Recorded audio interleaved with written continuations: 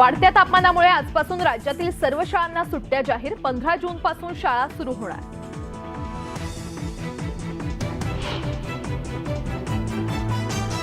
भारतातील 90% लोकांना बसणार उष्णतेच्या लाटेचा फटका। केम्ब्रिज विद्यापीठाचा अहवाल। मृत्यूचं प्रमाण वाढण्याची भीती।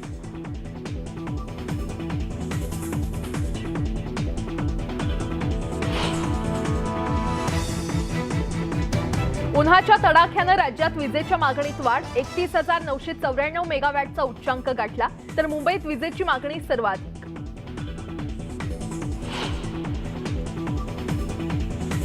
राज्याच्या विविध भागात अवकाळी पावसाचं थैमान। पिकं जमीनदोस्त झाल्यानं बळीराजा संकटात।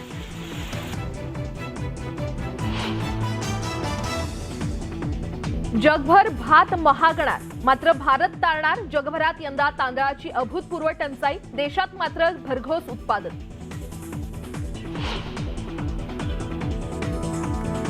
सीमाशुल्काच्या वादाचा खाद्यतेलाला फटका बसण्याची शक्यता। सोयाबीन आणि सूर्यफूल तेलाचे साठे देशातील अनेक बंदरावर पडले अडकून।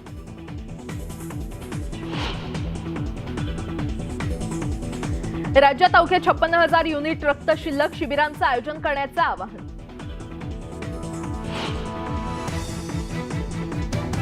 राज्यात कोरोना रुग्णसंख्येत दिवसेंदिवस वाढ। गेल्या 24 तासात 1,113 नव्या रुग्णांची नोंद। कोरोनाचा धोका पाहता प्रशासन अलर्ट मोडवर।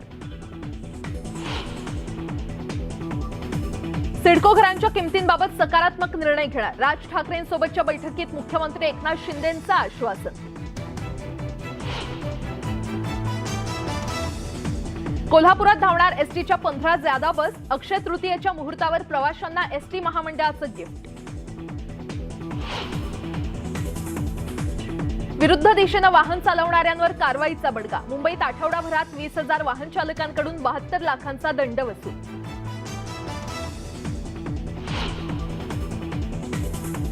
तांत्रिक समस्यांमुळे MBA MMS CET परीक्षा पुढे ढकलली। आता 6 मे रोजी होणार परीक्षा।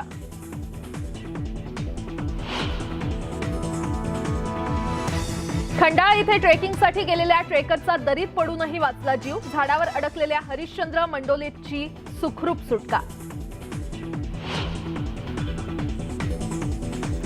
आषाढीपासून विठ्ठल मंदिरात भाविकांना सेवा करता येणार। शेगाव संस्थांच्या धर्तीवर निर्णय। इच्छुक सेवेकऱ्यांना अर्ज करावा लागणार।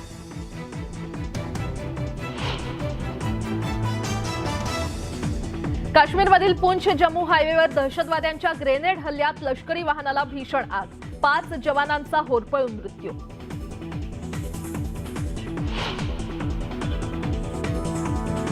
आणि उत्तराखंडमधल्या गंगोत्री इथे तुफान बर्फवृष्टी। पुढील आठवड्यात सुरू होणाऱ्या चारधाम यात्रेला फटका बसण्याची शक्यता।